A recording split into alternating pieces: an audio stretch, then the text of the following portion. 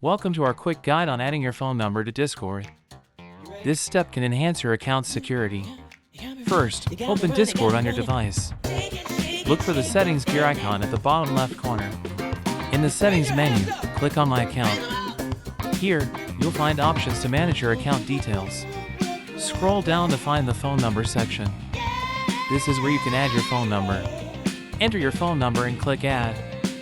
Discord will send you a verification code shortly. Lastly, check your messages for the verification code. Enter it on Discord to complete the process. Congratulations! You successfully added your phone number to Discord, enhancing your account security. Now you can recover your account easily if you ever get locked out. Stay secure and connected. For more tips and tricks on using Discord effectively, subscribe to our channel. Thanks for watching. Feel free to leave your questions in the comments below. See you next time for more helpful guides on Discord and other platforms. Happy chatting!